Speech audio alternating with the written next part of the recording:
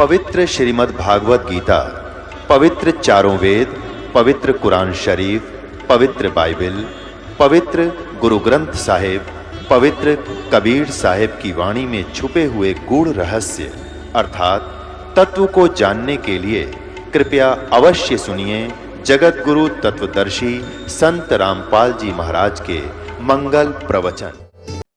एक कबीर परमात्मा के अतिरिक्त आपके स्वप्न में भी किसी अन्य देवी देवता के बारे में ये इच्छा व्यक्त ना हो कि ये मुझे लाभ दे, मैं इससे कुछ मांगूं, तब आपको ये लाभ मिलेगा। आप मंत्र करते हो इन्हीं देवताओं के, ये इनकी पूजा साधना नहीं, इनसे कोई डिमांड नहीं करनी,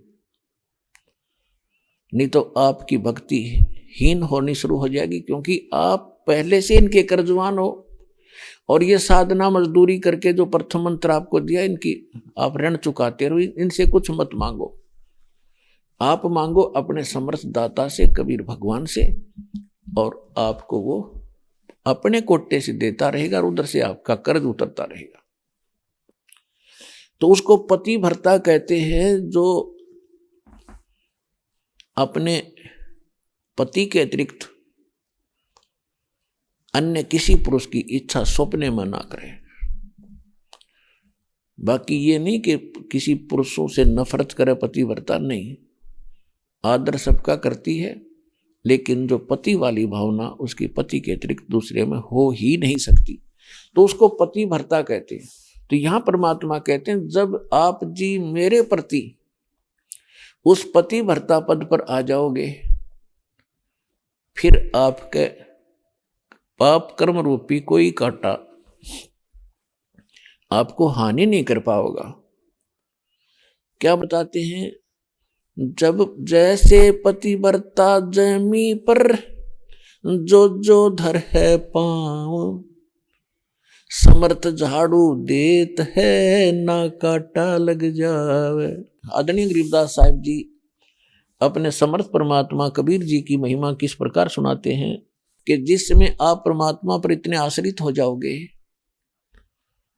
और कबीर भगवान के अतिरिक्त आपको कोई परमात्मा दिखाई नहीं देगा जो आपका संकट निवारण कर दे। वैसे तो सच्चाई भी यही है, लेकिन आपका कद समझ में आवेगी वो उसके लिए कहा है। तो उसके लिए बताते हैं, जैसे पति भरता जमी पर जो जो धर है पाँव, यानी वो पुण्यात्मा समर्पित कबीर भगवान पे और सच्चे इस नाम का जाप करते हुए अपने जीवन रूपी सफर में जब वो चलती है, समर्थ कबीर परमात्मा आपके जीवन के सफर में उन सभी कांटों को पहले निकालना, बहारना शुरू कर देता है जो पाप के कारण आपको हानि करने वाले थे, ताकि मेरी प्यारी आत्मा को वो पाप रूपी कांटा कोई हानि ना करते। समर्थ झाड़ू देत है ना कांटा लग जाए। तो यहां इस सतलोक आश्रम बरवाला में आपको वो पांचों यज्ञ प्राप्त होती हैं। एक यज्ञ है धर्म की, आप यहां भंडारा चलता है। पुण्यात्मा पुराने समय में हम सुना करते थे, क्योंकि पहले लोग इतने अपराधी नहीं बने थे जिसे हम आज बन गए। हम शिक्षित हो, अब जैसे दास ने एक प्रसंग और सुना था कि आज तक हम परमात्मा को क्यों नहीं समझ सके, क्यों नहीं पहचान सके, क्योंकि हम अशिक्षित रहे, और अशिक्षित होने के कारण हम उन्हीं लोगों को महत्व देते रहे जो संस्कृत बोला करते, और घनी ज्यादा स्पीड से जो बोल देता तो हम सोचे ये तो भगवान उतर गया, और इसने वेदों को सही जाना, गीता जी को, तो उसकी बात को हमने फाइनल मान लिया कि विद्वान पुरुष है, इन्होंने वेदों और गीता पुराणों को पढ़ा है, ये जो बता रहा सही है। और परमात्मा आया करते वो आपकी भाषा में बोला करते, सिंपल लैंग्वेज में, और वो हमारे समझ में नहीं आई कि ये तो कबीर है, धानक है, जुलाहा है, शूद्र है, ये वेद गीता को पढ़ नहीं सकता, क्योंकि ब्राह्मण लोग ही वेद और गीता और सदग्रंथों को और संस्कृत के पढ़ने के अधिकारी थे वो। उस समय। तो परमात्मा नहीं चाहता था हमें शिक्षित बनाना। क्यों नहीं चाहते थे? क्योंकि इसमें सबसे ज्यादा दोष है शिक्षा के अंदर। क्या दोष आ गया? हम छोटी मोटी नौकरियां प्राप्त कर ली, छोटे मोटे पद प्राप्त हो गए, बड़े से छोटे बड़े कोई पद प्राप्त हुए, अहंकारी हो गए, अप टू डेट अप्लातून बनकर चलें। हम भूल गए भगवान को, साइंटिस्ट बन के हम परमात्मा से दूर हो गए, डॉक्टर बन गए, कहते मैं दवाई देता हूं, औषधि देता हूं, इससे ठीक होते। पुण्यात्मा, परमात्मा ने ये विष आपको अब खिलाना अनिवार्य समझा था, नहीं तो पहले भी शिक्षित कर देते, आपको क्या दिक्कत थी। लेकिन आपके अंदर से भगवान दूर हो जाता। अब ये समय है 5505 वर्ष, 5505 वर्ष वाला समय आ गया। 1997 में कलयुग 5505 बीत गया, और उसके बाद आप देख रहे हो ये वैज्ञानिक तरक्की। मोबाइल फोन नहीं थे पहले,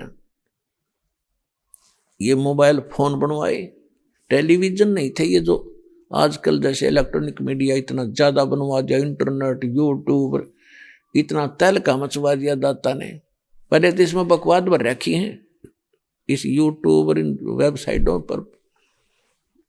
अब इसके अंदर परमात्मा का ज्ञान भरा जाओगा। घर बैठे बच्चे उसको पढ़ेंगे, सुनेंगे, समझेंगे और पहचान कर भगवान को भागे आएंगे। यदि पहले परमात्मा शिक्षित कर भी देता तो परमात्मा का जो वचन था कि 5505 वर्ष जब बीतेगा तब मैं अपने ज्ञान को ओपन करूंगा, तब तक मैंने सारा मंत्र सही भी और ये छुपा रखे हैं, क्योंकि तब तक हम घने दुखी नहीं हुए थे। सतयुग त्रेता द्वापर में ये जीव दुखी नहीं होता, और जब तक ये दुखी नहीं होता भगवान नहीं चाहता। फॉर्मेलिटी तो आत्मा शुरू से ही करती आ रही है, क्योंकि ये भगवान की अंश है और परमात्मा के बिना ये रह नहीं सकती। उसके लिए काल ने बहुत बड़ा जुगाड़ जोड़ रखा है। इसके लिए नरे ठग संत बैठा दिए, जगह जगह पर पता नहीं कितने प्रकार के ये और धाम बनवा दिए। इसने भक्ति करने की इच्छा होती है तो वहां धक्के खाती रहे, और कर्म खूब बिगड़वा दिए। सारा दिन एक रोटी के लिए ना जाने कितने झूठ बोल कर, कितने पाप करके ये जीव विश्राम लेता है, और पुण्य कोई बन नहीं पाता, क्योंकि शास्त्र अनुकूल साधना बिना हमारा धर्म नहीं उभर सकता, हमारा पुण्य नहीं हो सकता, हमारे शुभ संस्कार बन नहीं सकते, वो हमें मिली नहीं। तो जिस कारण से ये अभी तक हम भगवान को नहीं समझ सके, और परमात्मा ने उस समय आकर भी हमें अशिक्षित रखकर और हमारी ही भाषा में हमें समझाने की चेष्टा की कि ताकि ये मुझे पहचान ले। लेकिन हम उनको भगवान नहीं मान पाए, क्यों? लेकिन सुख घने होने से, सुख तो परमात्मा जहां भी जाते थे और कोई भी अर्ज करता था, महाराज मैं तो घना दुखी हूं, बेटा दया करेंगे परमात्मा, खुद मालिक थे वो,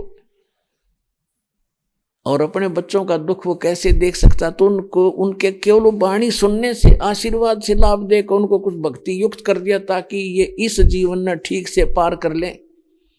तो मोक्ष तो तब हो ही नहीं सकता था, क्योंकि भगवान ने बैन लगा रखा था कि धर्मदास मेरी लाख दुहाई, ये सार नाम की दबार न जाई, ये सार नाम बार जो पढ़ी बिचली पीढ़ी हंसनी तेरी।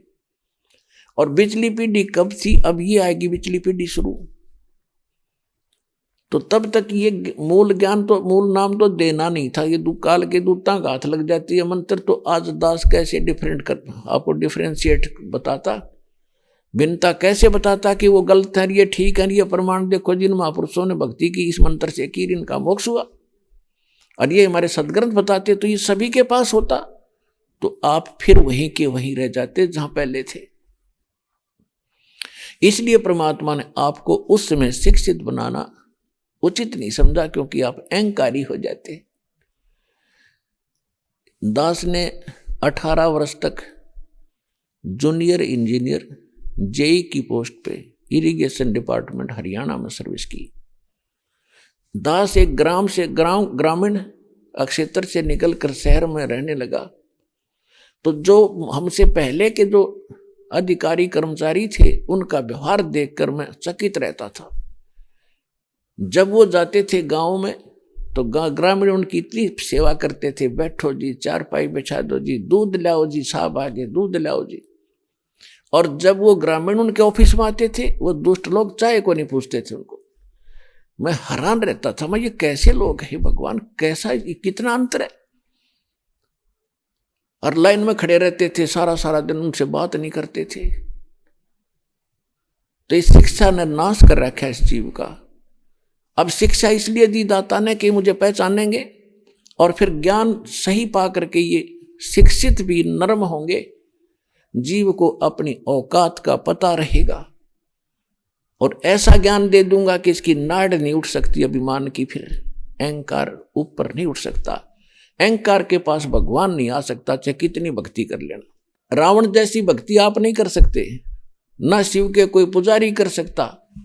इतना समर्पित था कि यहां से गर्दन काट के 4 भुजा और शीश समर्पित कर दिया था, लेकिन अभिमान नहीं गया उसका। जैसा किया उसको वापस दे दिया क्योंकि उसकी आयु शेष थी, लेकिन अहंकार नहीं गया। खड़ा हो होकर तप किए, जाप किए, ओम नमः शिवाय किए, पता नहीं कितने के। उस मूर्ख गुरु ने उस रावण को मिसगाइड कर दिया कि वेदों में शंकर भगवान सुप्रीम पावर बताया है। तो उसने क्या पता, भोली आत्मा ने गुरु जी के आदेश अनुसार उसने साधना शुरू कर दी। और गीता और वेदों में गीता जी में लिखा है कि इन तीनों गुण की जो साधना, रजगुण ब्रह्मा, सतगुण विष्णु, तमगुण शिव जी की जो साधना करते हैं वो राक्षस स्वभाव को धारण किए मनुष्यों में नीच दूषित कर्म करने वाले मूर्ख। तो वो तो गुण उसमें आना ही था जो उसकी पूजा इसकी करने लगा। तो ऐसे जुल्म किए आज तक वो धिक्कारा जाता है। तो अभिमान के पास भगवान नहीं। उसका साथ में उसका भाई था विभीषण, वो परमात्मा कबीर जी की शरण में आया था, जिसमें परमेश्वर मुनिंद्र नाम से प्रकट थे। चारों युग में मेरे संत पुकारे, कूक कहा हम हेल रे, हीरे माणिक मोती बरसे, ये जग चुगता ढेल रे। सतयुग में सत सुकृत कह टेरा, त्रेता नाम मुनिंदर मेरा, द्वापर में करुणा में कहाया, कलियुग नाम कबीर धराया। परमात्मा कहते हम चारों युग में आए। सतयुग में सतसुकृत नाम था मेरा, और 5 वर्ष की आयु में ये मनु जैसे ऋषियों के छक्के छुड़ा दिए थे, पर ये तो अभिमानी लोग थे, संस्कृत भाषा जाने थे, और जनता को उनको महर्षि कहा करती थी। भगवान की बात को माना नहीं, उनको वामदेव कहने लगे, क्योंकि ऋषि बताओ परमात्मा को निराकार, और कबीर परमात्मा स्वयं कहे भगवान साकार, आई एम गॉड, मैं हूं भगवान। लेकिन वो ऋषि कहे भगवान निराकार है, झूठ बोला। यानी कबीर साहब जो सारा सच्चा ज्ञान देते थे, पर ये कहते हैं श्री कृष्ण भगवान, ये कहते थे विष्णु भगवान, कबीर साहब कहते नहीं, विष्णु तो किसी खाते हम नहीं उस भगवान के सामने, वो परमात्मा कोई और है। जिस कारण से मनु जी जैसे और सारे ऋषि उनको कहने लगे कि जो विपरीत ज्ञान देने वाला वामदेव कहने लगे उनको, वामदेव। वाम माने उल्टा, जैसे यो राइट हैंड दाया, यो बामा हाथ, तो बामा उल्टा, इसको उल्टा भी कहते हैं। यो सीधा हाथ, ये उल्टा हाथ, बामा माने उल्टा। तो कबीर साहब को वामदेव कहने लगे वो सतयुग में। वो ज्ञान ना सुना, भगवान खुद आगे बतावे थे। और यही वेद बताते हैं कि वो अपने ज्ञान अपने आप अपने मुख कमल से बोलता है, और वही तत्व ज्ञान होता, बाकी सब अज्ञान होता है। तो हम अपने उसी प्रसंग पर आते हैं। परमात्मा आकर ज्ञान दिया करते थे। विभीषण कितना अधीन हुआ, परमात्मा मिले थे उनको। एक चंद्र विजय नाम का भाट था श्रीलंका में, पहले वो परमात्मा का शिष्य हुआ, कभी मुनिंदर रूप में परमात्मा वहां गए थे। फिर उसका पूरा परिवार धीरे धीरे शरण में आया। अब चंद्र विजय भाट रावण के पास जाता था।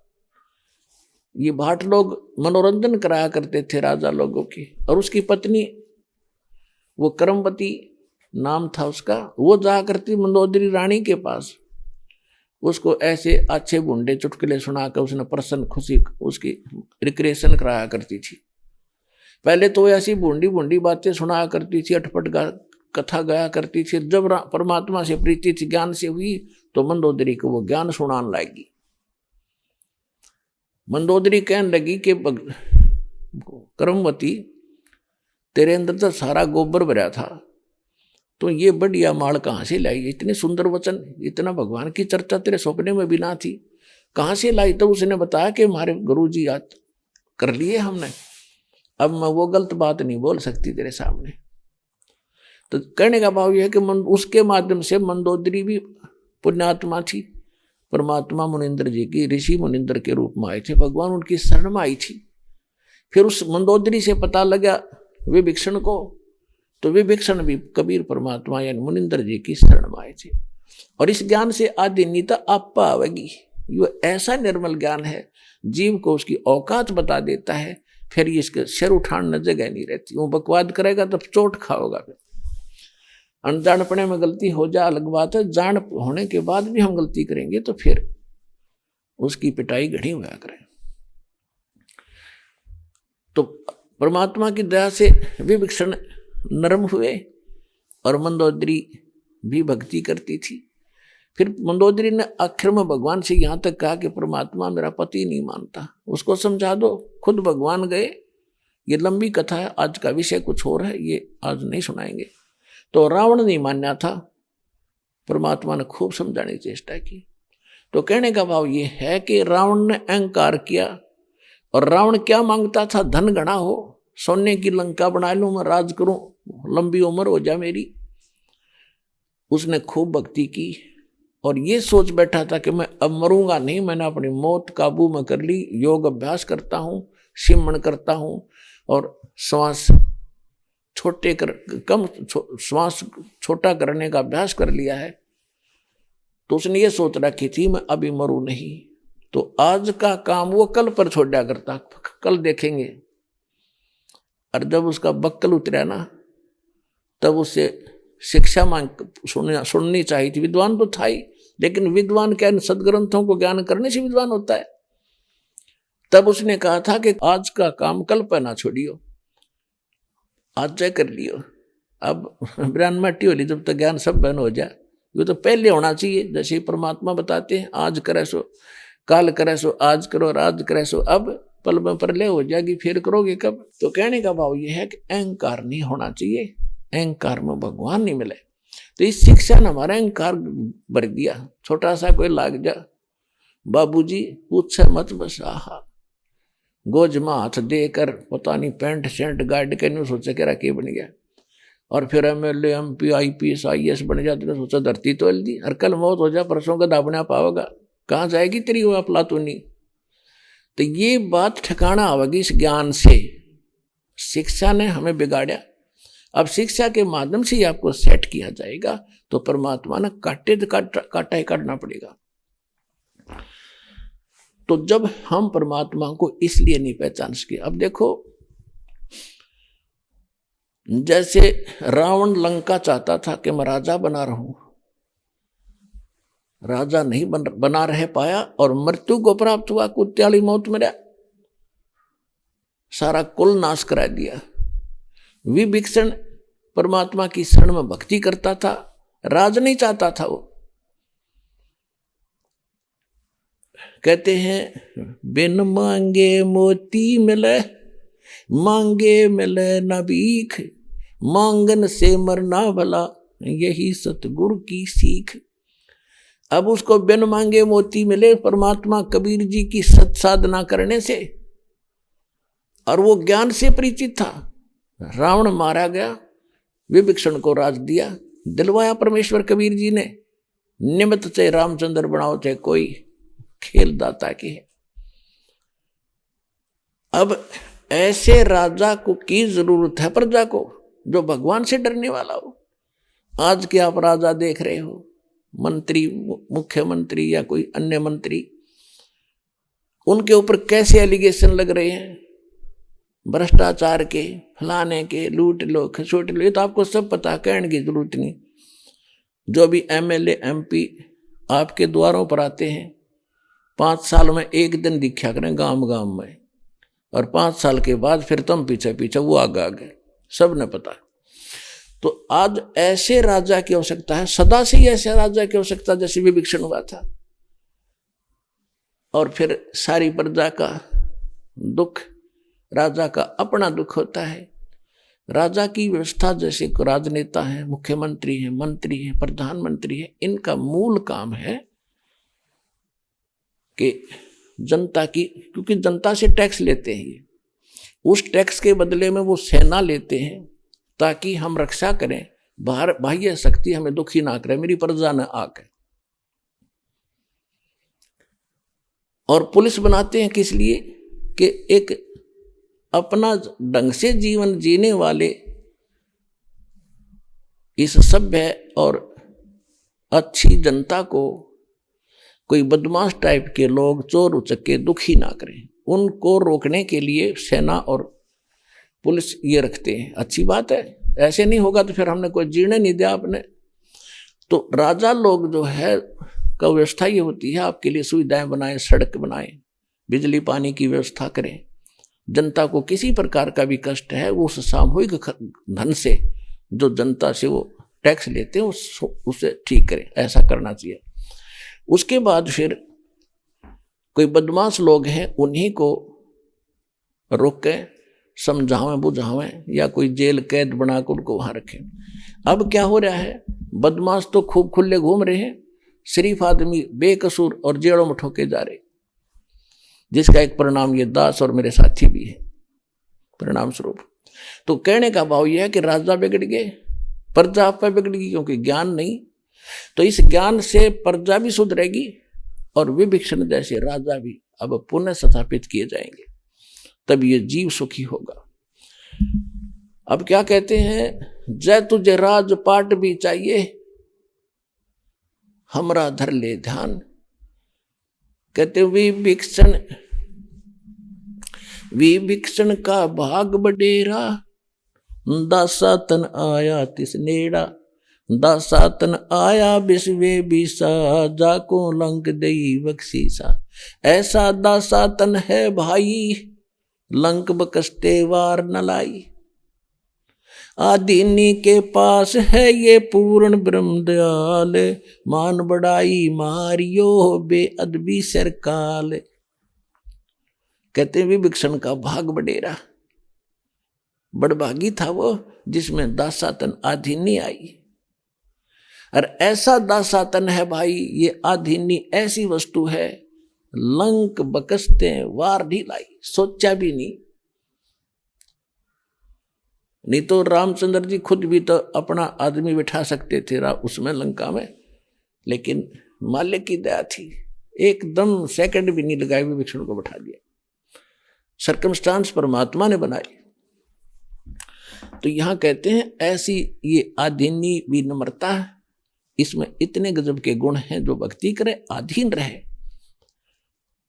लेकिन ये तो है पिछले इतिहास, परमात्मा ने अपने सामर्थ्य को आपके हृदय में बनाए रखना था कि है कोई शक्ति ऐसी जो ऐसी अनहोनी भी कर सकती है जो कोई नहीं कर सकता।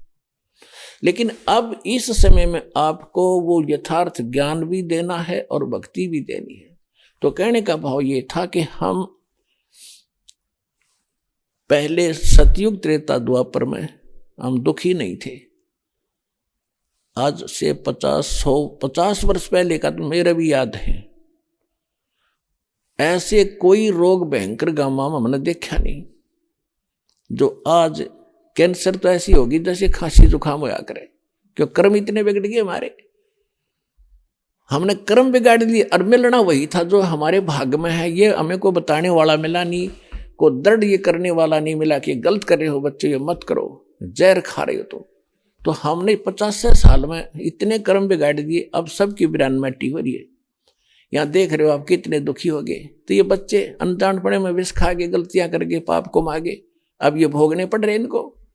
अब इस परमात्मा के पास वो पावर है, शक्ति है कबीर साहब के पास, ये हमारे पिता है।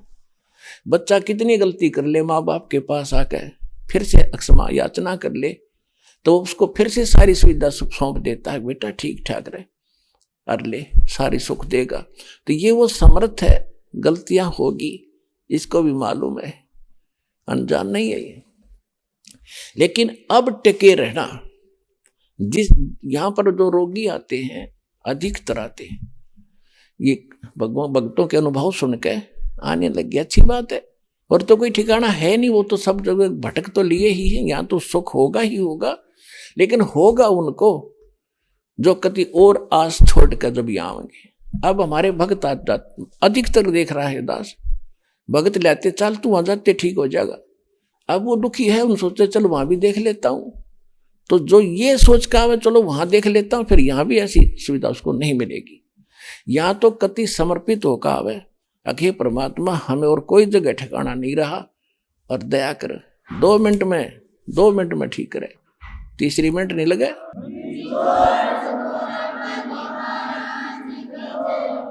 आधे से अधिक लोग ये आते हैं, देख लेते हैं ठीक हो गए तो ठीक है ना, अपनी वो पूजा है तो हम करते ही रहेंगे, फिर ऐसा बालक ना है यो भगवान, ये तो सब के सब सर्वज्ञ है, आपके अंतःकरण की भी जानता है।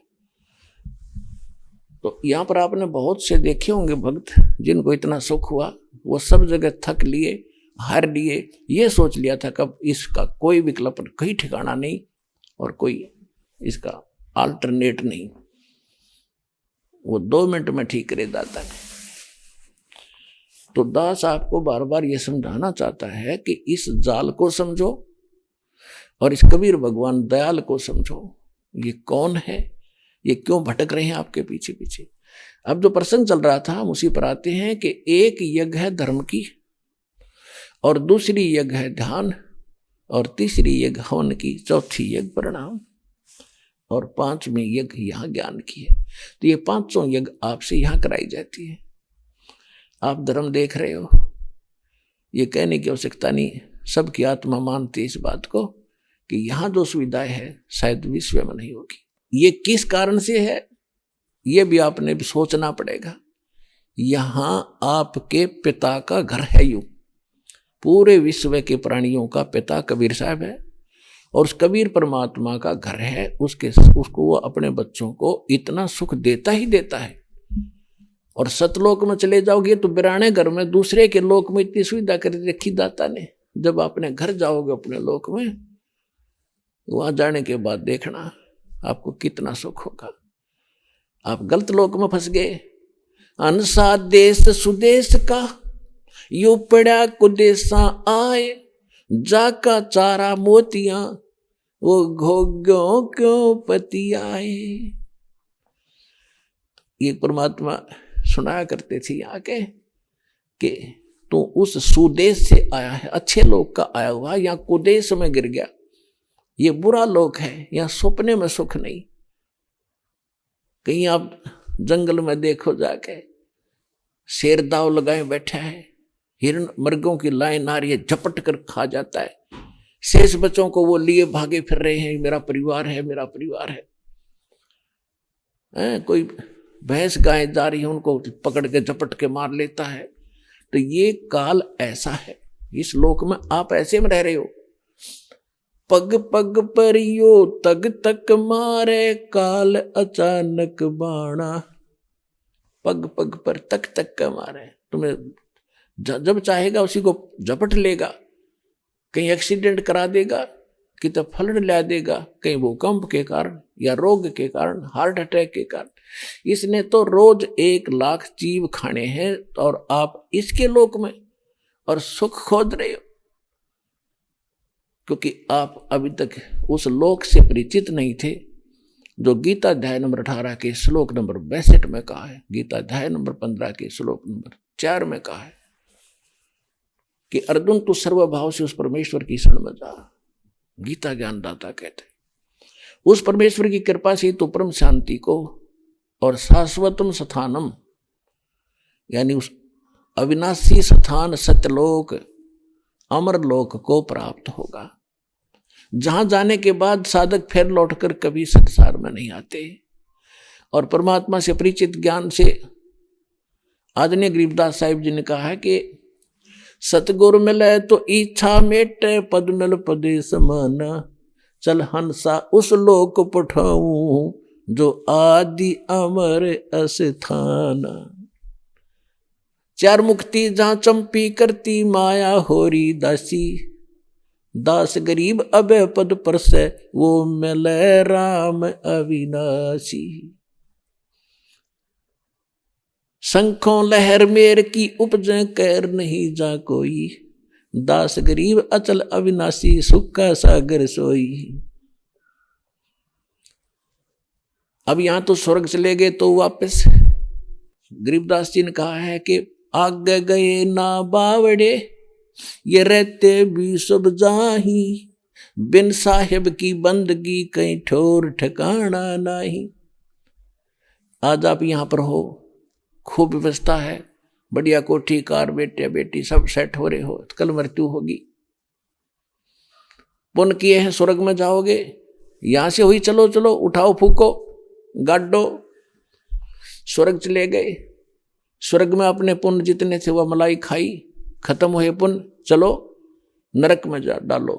जब नरक का समय पूरा हुआ चलो गधा बनो, गधे का समय पूरा हुआ मृत्यु हुई, चलो कुत्ता बनो, कुत्ते की समय पूरा हुआ चलो फिर सुअर बनो, और फिर कभी मनुष्य बना तो बने तो फिर मनुष्य बनो, फिर मरे फिर चलो। या चलो चलो तो भाई सतलोक आश्रम बरवाड़ा तो मिटेगी, या जितने जल्दी आ जाओगे उतना जल्दी कल्याण होगा।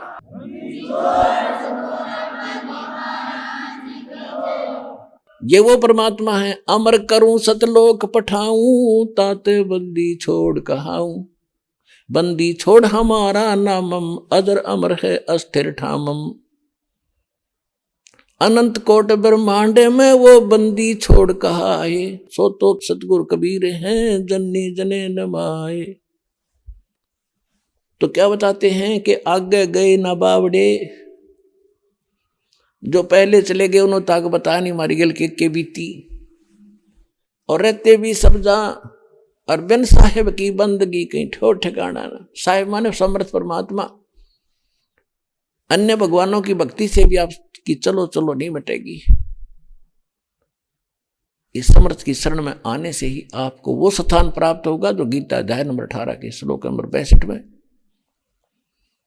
और 15 के श्लोक नंबर 4 में अंकित है।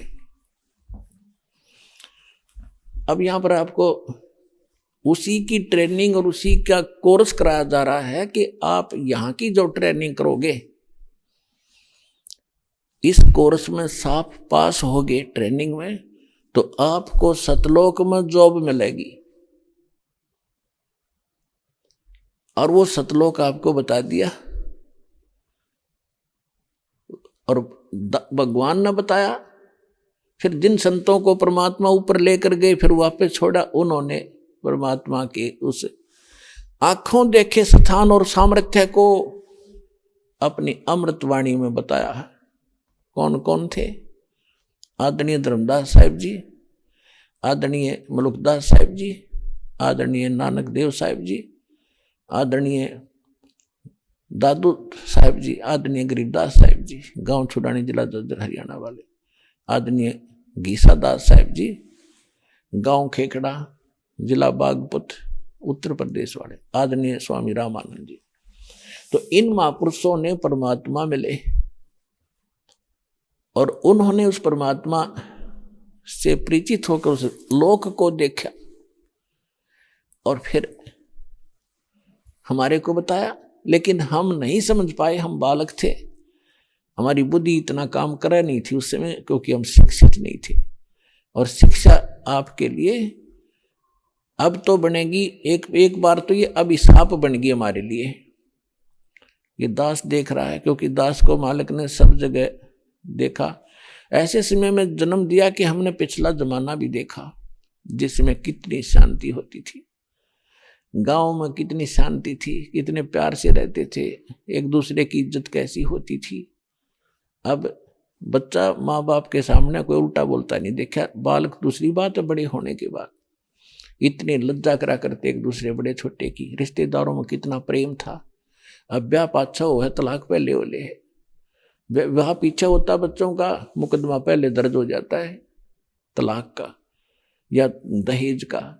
कि ये जीवन है कोई? हम बगैर ज्ञान के गलतियां कर रहे हैं। सब एक परमात्मा के बच्चे हैं, हिंदू मुस्लिम सिख ईसाई कोई भी हद, ये जितने जीव हैं सभी परमात्मा के बच्चे हैं। हम किसी को सताते हैं, दुखी करते हैं तो भगवान दुखी होता है। चाहे आप किसी को करते हो, चाहे चींटी हाथी को बेमतलब, वैसे आपको कोई हानि पहुंचाने की चेष्टा करता, जैसे हिंसक जानवर है, उनको डंडा मार दिया उसको और वो किसी कारण से मर जाता तो वो भी कोई आपको पाप नहीं। लेकिन जानबूझ कर उसने जाकर मारे, सांप ने या किसी अन्य भेड़ को, बैठी हो बिच्छू को जानबूझ नहीं मारे, आपको काटने की चेष्टा कर रहा है तो उसको बचाओ में बेशक मार दो उसको, उसका दोष नहीं है वो, क्योंकि काल ने बड़ा ऐसे दिया, हमारे का आपस में लड़ा दिए। लेकिन बेमतलब किसी को सतावा नहीं, चाहे आपको कितना दुखी कर ले कोई, जब तक पार बसा उसको तंग नहीं करे। प्रतिशोध की भावना खत्म करो, तब हम आगे बढ़ेंगे, आप सफल होगे। परमात्मा कहते हैं जैसे आपको कोई गलत भी बोलता है, उसे ज्ञान नहीं, वो तो साकेट आदमी है, अपने बाप ने भी ऐसे ही बोलता होगा। कहते साकेट का मुख बम्बई है और निकले वचन भुजंग, और ताकि औखद मौन है, विषनी व्याप अंग। अब साकेट का मुंह वो तो बम्बई है, बम्बई में तो सांप पे निकले, सर्प बम्बई है बिल से, और फिर वो तो सर्प निकलेंगे तो काटेंगे आपको, उसके वचन तो काटने वाले ही होंगे, आपको दुखी ही करेंगे। उसकी औषधि बताई है, मेडिसिन बताई है कि चुप रहे, बोल रहे नहीं, उसने जवाब नहीं दे, ताकि औखद मौन है, फिर उसका जहर आपका असर नहीं करेगा। कहते हैं कबीर साहब कहते हैं कि साकट और सवान को उल्ट जवाब नहीं दे। अब कुत्ता भौंक रहा है, आप उसने धमकाओगे पर दूना भौंकेगा, कहते हैं बोल रहे नहीं, भौंक भांक आप टिक जाएगा। तो ऐसे साकट को वो आपने कुछ कह रहा है, आपको उत्तर देने लगोगे तो दूना बकवाद करेगा, आप चुप हो जाओगे, 10-5 मिनट भौंक कर कुत्ते की तरह आप सेट हो जाएगा। तो ये फार्मूले बताए हैं परमात्मा ने, आप इसको अप्लाई करना। कि फिर जो तो को काटा बोए ताको बो तू फूल, तो है फूल के फूल है वा को है त्रिशूल। अब तो आपको कोई हानि करता है तो आप उसका प्रतिशोध लेने के लिए हानि ही मत करना, उससे बचे रहना, लेकिन उसको हानि मत देना। और फिर भी भगवान के बच्चे समझकर जहां भी आपके सत्र का कोई काम उसके प्रति आवे तो उसको लाभ ही देना। तो फिर देखना भगवान कैसे करेगा कि आपको तो भले का फल भला होगा और उसके बुरे का फल उसको 3 गुना ज्यादा मिलेगा। इतना हमारे अंदर धैर्य नहीं रहा, क्योंकि हमें ज्ञान नहीं, हम तो सोचो बस ही नाश हो इसका जो इतने बुरे कर रहा है। ऐसे व्यक्ति का भी नाश ना होगा जो बुरे करे तो और किसका होगा। लेकिन परमात्मा का विधान है कि जब तक उसके पूर्व जन्म के पुण्य चल रहे हैं, वो कितने खोटे खोदो, कितने जुल्म करो, वह उसकी माल गाड़ी भरने लग रही है पापों की, और पुण्य नाश होने लग रहे हैं। जब वो पुण्यों वाली बोरी खत्म होगी, थैला उसका, वो इन्वर्टर चार्ज पहले का था वो खत्म होगा, फिर एकदम सुविधा बंद होगी और उसकी वो दुर्गति शुरू होगी। दुनिया देखा करे। यदि ऐसा नहीं है तो भगवान ही नहीं है। भगवान है तभी तो हम उसके पीछे लगे, और भगवान है तो उसके प्रत्येक वचन का पालन करके इस भक्ति रूपी सफर पर आप बढ़ोगे तो निर्बाध आगे चले जाओगे, चलते रहोगे। नहीं तो आप उलट्ठम लट्ठा होकर वहीं फिर खड़े रहेंगे हम। तो परमात्मा कहते हैं आवत गाड़ी एक है, उल्टों होवे अनेक, कहे कबीर ना उल्टियो वा रहे एक की एक। गाली ही से उपजे कलह कष्ट और मीच, हार चले सो साधु है, लाग मरे सो नीच। कहते हैं एक बार आपको कोई गाली देता है, आप शांत रहना, देन दे, मायूस सा होकर खड़ा हो जाए, उसके साथ बहस नहीं करे, भगवान पर ध्यान लावे, सुमन करने लग जाए अपने। आवत गाली एक है और आपने उसको दूसरी उल्टी गाली दे दी तो 10 और देगा, क्योंकि वो तो सिंगर का आ रहा है, काल ने भेज रखा है, तैयारी करके भेज रखा है, तो उसका नाश कराने के लिए। भगत से टकरावे कोई आदमी, उसका तो नाश निकट है। प्रहलाद से टकराया था उसका बाप, और भी बहुत से कारण ऐसे हैं, तो उनका तो नाश होया करे। जो भक्ता गेल टकरावर, तो आपने तो पता ही है इसके उल्टे लाग लिए, जो बेमतलब खस्सा हमारे से आकर के, कोई बात नहीं, कोई चीत नहीं, वैसे गाली दे आपको आकर। तो कहते हैं आवत गाली एक है और उल्टोगे तो हो जाएंगे अनेक, और कह कबीर ना उल्टियो, गालियां मत दियो उससे, वह रह जाए एक की एक, वही टिक जाएगा फिर वो। फिर कहते गाली ही से उपजे कलह कष्ट और मीच, मीच माने मृत्यु तक हो जाते हैं। इस गाली से ही थपड़म थपड़ा मुक्का मुक्का गालम गाला, पहले उसने गाली दी, फिर उसने दी, फिर उसने दी, फिर वो आ रहा है सिंगर का लठ मारेगा, फिर आप मारोगे, आप भी मर सकते हो, वो भी मर सकता है। तो गाली ही से उपजे और कलह कष्ट और मीच मौत तक हो जाती है। और कहते हार चले सो साधु है, हार के चल पड़े वो तो संत है, और लाग मरे सो नीच, उससे गेल गुट्टुम गुट्टा हो मरे या मार दे, वो तो नीच है। तो पुण्यात्मा हमने कुछ सीखना पड़ेगा मालिक के इन वचनों से, और हम सफल होंगे, तभी सफल होंगे। आप देख रहे हो हम इस दास के साथ 1994 से लेकर आज तक 19 वर्ष हो गए जब से ये मार्ग शुरू किया है। 2-3 वर्ष तो कम लोगों को पता लगा, फिर तो मस्तारना शुरू कर दिया इन नकली संतों ने, अपने शिष्यों को भुका भकू के ऐसा जुल्म करा। लेकिन हम शांत रहे, मालिक के वचनों पर डटे रहे और अपना उद्देश्य नहीं छोड़ा। आज हम सफल हुए, वो सारे फेल हो गए, और एक दिन ऐसा ही आपके साथ होगा।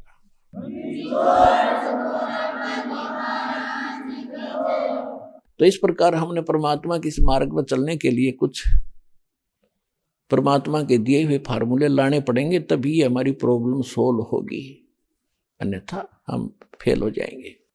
अपने आत्मा एक यज्ञ है धर्म की।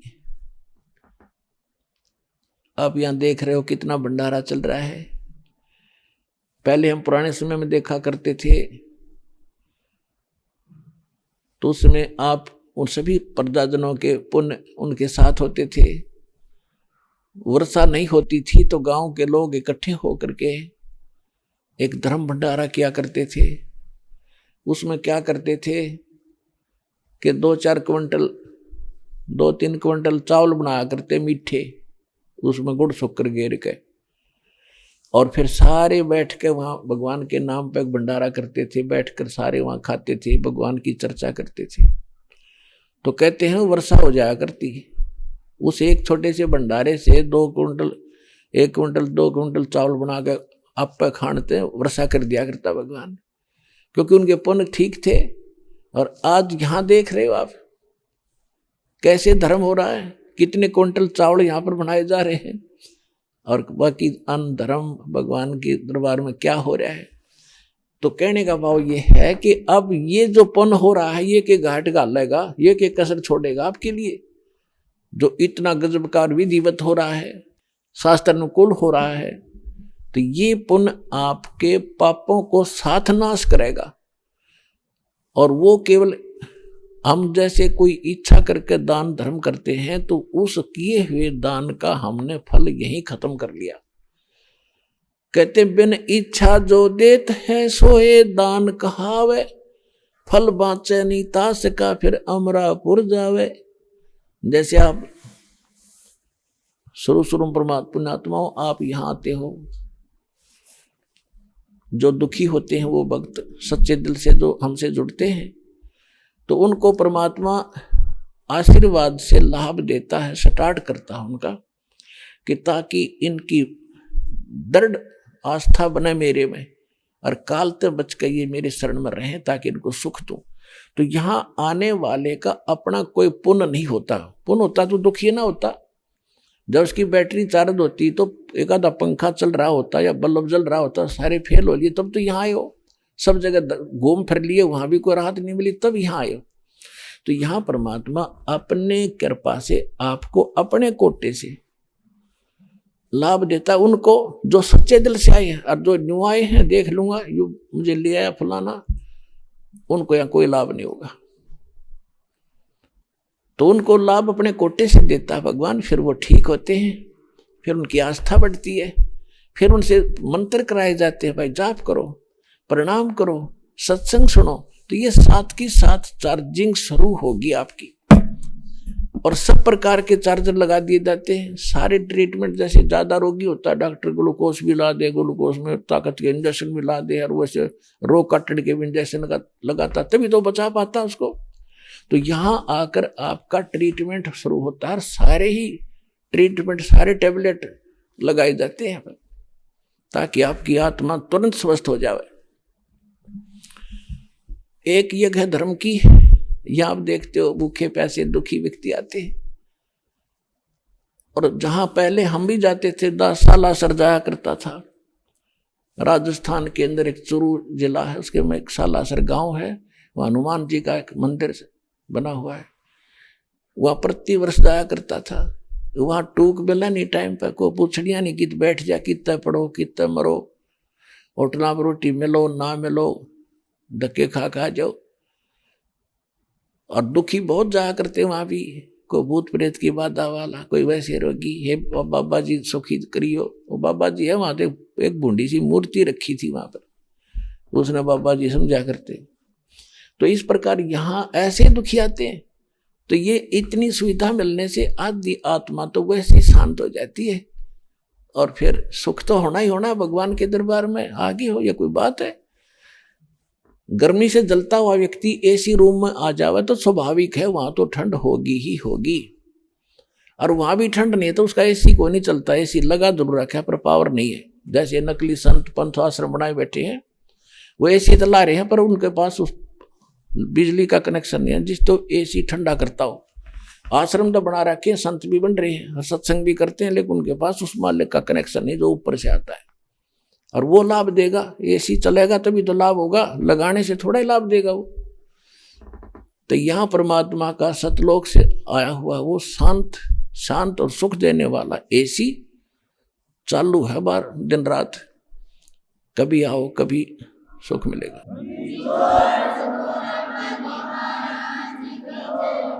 एक यज्ञ है धर्म की, और दूसरी यज्ञ है ध्यान। जब आपको यहां बुलाया जाता है, आपको प्रतिबंधित किया हुआ है कि 4 महीने में एक बार अवश्य आना पड़ेगा। देखो पुण्यात्मा, बच्चा स्कूल जाता है और अध्यापक यदि वो 1 दिन 2 दिन लगातार नहीं आता है तो अध्यापक उनके माता पिता को संदेश भेजता है कि या तो अपने बच्चे को भेज देना, ये फेल हो जाएगा, मेरी जिम्मेवारी नहीं है। और हम एक रोजी रोटी के लिए अपने बच्चों को 18-20 वर्ष तक फ्री छोड़ देते हैं बेटा, और धन भी लगाते हैं, तब वो केवल एक रोजी रोटी ही तक का जुगाड़ कर पावा तो कर पावा, ना भी हो। या सभी जो शिक्षा ग्रहण कर रहे हैं सारे नौकर नहीं लग सकते, और सभी एक जैसा उद्देश्य लेकर पढ़ रहे हैं, और उनको मिलना उनकी किस्मत ही मिलनी है। और परमात्मा के लिए हम जितना भी समय और धन व्यय करेंगे आपका व्यर्थ नहीं जाएगा। कबीर कमाई आपनी कदे न निष्फल जाए, 7 समुद्र आडे पड़ो वो मिले अगाऊ आए। धर्म तो धसके नहीं है, धसके तीनों लोक, खैरायत में खैर है कीजिए आत्म पोख। धर्म का नाश नहीं होगा चाहे तीनों लोकों का नाश हो जाएगा। परमात्मा से प्रश्न करते हैं कि एकम एका होएगा ये विनसेंगे कैलासे, धरती अंबर जावेंगे तब कहाँ रहेंगे तेरे दास। एकम एका होण दे और बिनसन दे कैलासे, जो सतनाम आश्रित हैं वो मुझ में रहे मेरे दास। जो मेरी भक्ति करते हैं, मेरे पर आश्रित हो गए हैं, वो मेरे पास रहेंगे, उनको ऐसे रखूंगा जैसे प्रहलाद को अग्नि में बचाया। अग्नि का क्या गुण है? फूकना, जला देना। प्रहलाद नहीं जला, तो ऐसे मेरे भक्तों को रखूंगा। युद्ध नाश तो होएगा, लेकिन मेरे भक्तों का नाश नहीं हो सकता। हमारा भक्त पिछोड़ी होई, तुम्हारा नाम ना ले वह कोई। फिर भगवान का नामो निशान खत्म हो जाएगा। धर्म तो दस के नहीं, दस के माने नाश नहीं होगा धर्म का। और दस को तीनों लोग खैरायत में खैर है। खैरायत यानी धर्मकरण में खैर है। और कीजे आत्म पोख, यहां सबसे बड़ा पुण्य है। भक्त आते हैं भगवान के लिए, यहाँ केवल खाने के लिए नहीं आते। ये तो खाना अपना साथ भी बांध के ले जाया करते, हमने खूब देखा, जाते थे हम और वहीं और कहीं भी खा लेते, लेकिन भगवान मिल जाता। यहाँ खाने के लिए नहीं आते, ये भगवान के लिए आए।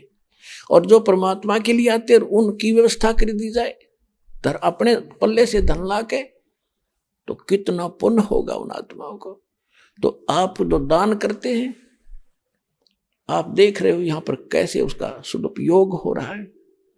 दास अपने घर से 2-4 कुर्ते पजामे लेकर आया था, और भगत आप पे दे दे एक आधा कुर्ता पैंट पजामा पैंट की को वो डाल लेता हूं, और बाकी टोटली पैसा परमात्मा का, परमात्मा के बच्चों पे प्रयोग हो रहा है।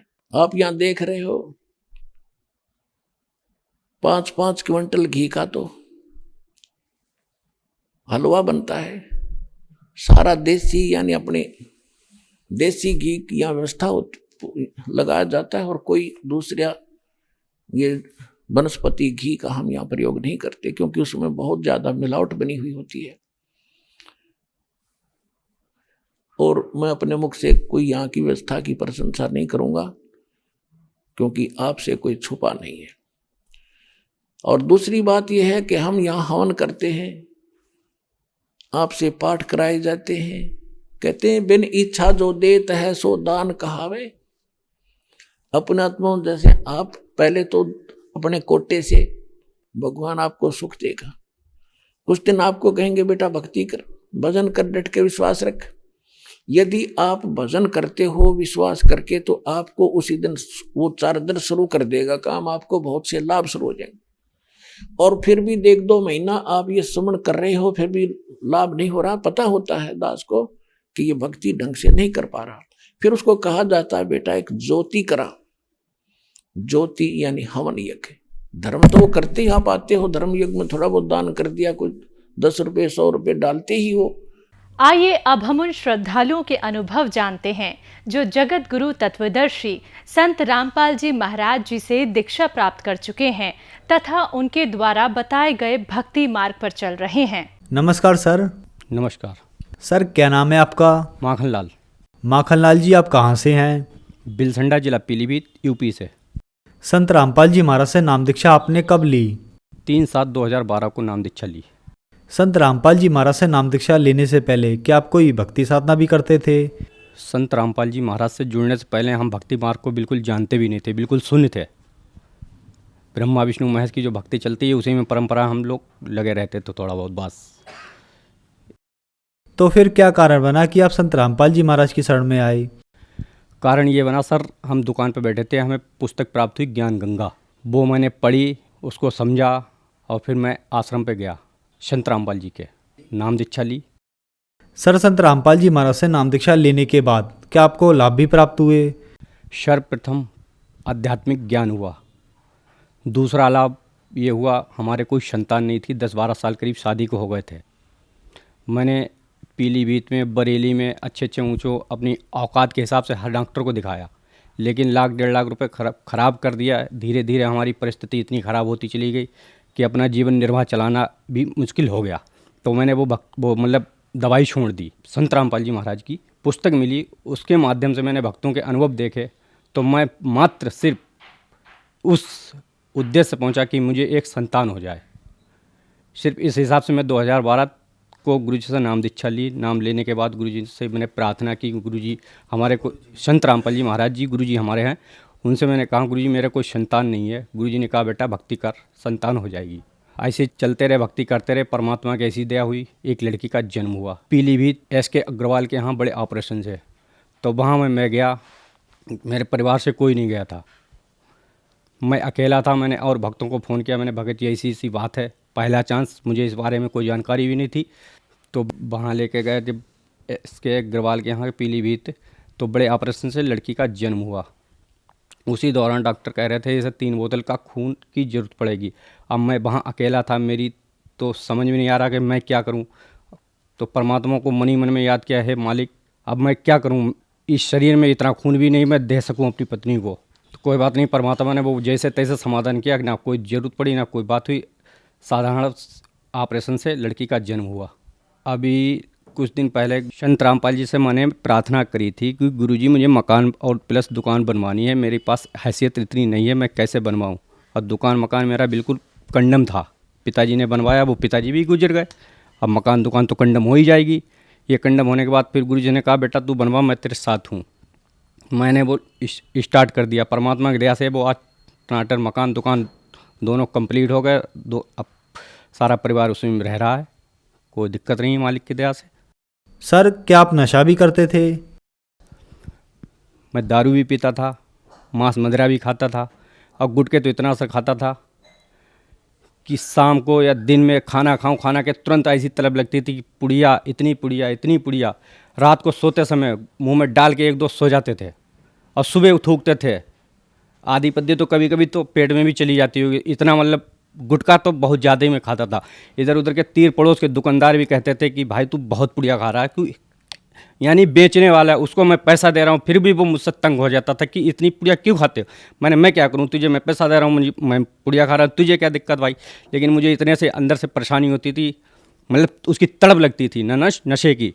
तो गुरुजी की दया से वो पान पुड़िया सारी छूट गई।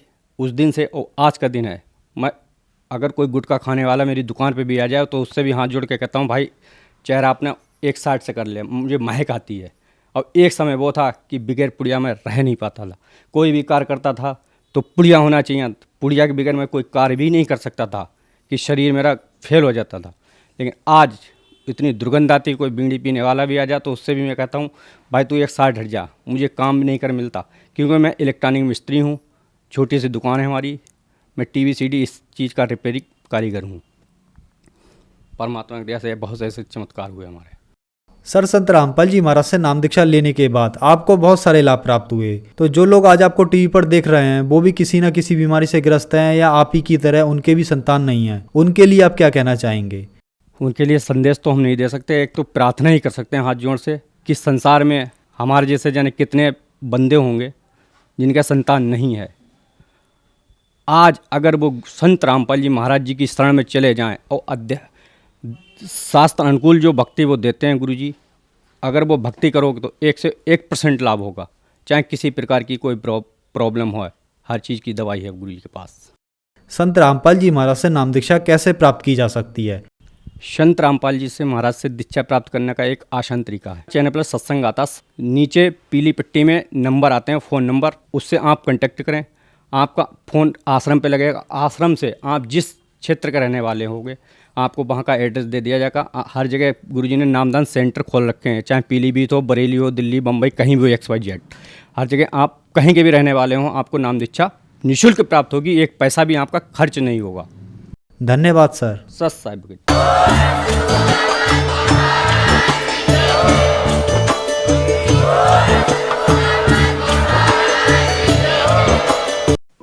आप सुन रहे थे जगत गुरु तत्वदर्शी संत रामपाल जी महाराज के मंगल प्रवचन। अधिक जानकारी के लिए संपर्क करें।